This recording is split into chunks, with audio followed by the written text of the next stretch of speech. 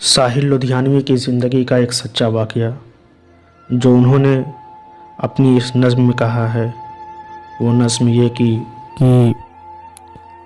चलो एक बार फिर से अजनबी बन जाएं हम दोनों।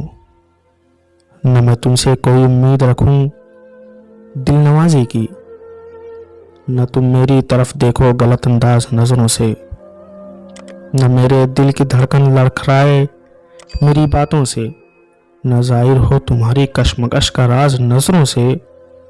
तुम्हें भी कोई उलझन रोकती है पेशकदमी से। मुझे भी लोग कहते हैं कि ये जलवे पराए हैं, मेरे हमराह भी रुसवाइयाँ हैं मेरे मासी की। तुम्हारे साथ भी गुजरी हुई रातों के साए हैं।